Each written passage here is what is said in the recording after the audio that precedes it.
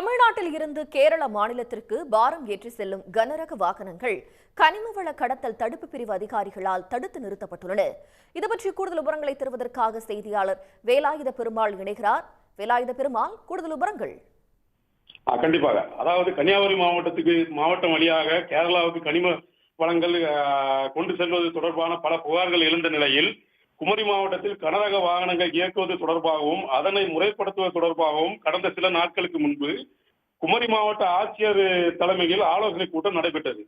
இந்த கூட்டத்தில் குமரி மாவட்டம் வழியாக கனிம வளங்கள் கொண்டு செல்லும் வாகனங்கள் மற்றும் பிற கனரக வாகனங்களும் குமரி மாவட்ட பகுதிகளுக்குள் வந்து செல்ல நேர கட்டுப்பாடுகள் விதிக்கப்பட்டது. இதன்படி தினந்தோறும் இரவு 9 மணி முதல் காலை 6 மணி வரை மட்டுமே கனரக வாகனங்கள் குமரி மாவட்டத்துக்கு உள் வழியாக செல்வதற்கு அனுமதி அளிக்கப்பட்டது.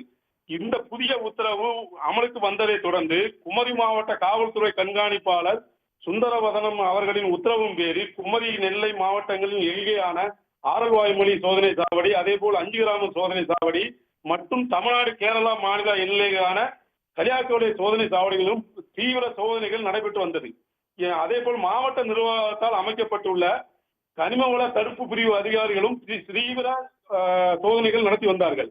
இதன் ஒரு பகுதியாக தமிழ்நாட்டிலிருந்து கேரளா மாநிலத்துக்கு குமரி மாவட்டம் வழியாக பாரம் ஏற்றி செல்லும் கனரக வாகனங்கள் மற்றும் கனிம வளங்கள் ஏற்றி செல்லும் வாகனங்கள் என அனைத்து வாகனங்களையும் கனரக வாகனங்களையும் நாகர்கோவில் நெல்லை தேசிய நெடுஞ்சாலையில் ஆரல்வாய்மொழி சோதனை சாவடி அருகே உள்ள மயிலாடி விளக்கு என்னும் பகுதியில் வைத்து இன்று காலை மாவட்ட நிர்வாகத்தால் அமைக்கப்பட்ட கனிமவள தடுப்பு பிரிவு அதிகாரிகளால் தடுத்து நிறுத்தப்பட்டது.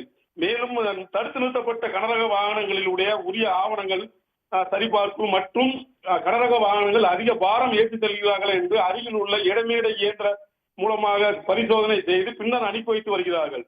இதன் காரணமாக இன்று காலை முதலே கன்னியாகுமரி மாவட்ட எல்லைக்குள் வந்த கனரக வாகனங்கள் ஆரல்வாய்மொழி சோதனை சாவடி முதல் பண்டாரபுரம் பகுதி வரை நாகர்கோவில் நெல்லை தேசிய நெடுஞ்சாலையில் சுமார் 4 கிலோமீட்டர் தூரம் அளவிற்கு வரிசையாக அணிவகுத்து நிற்கின்றன.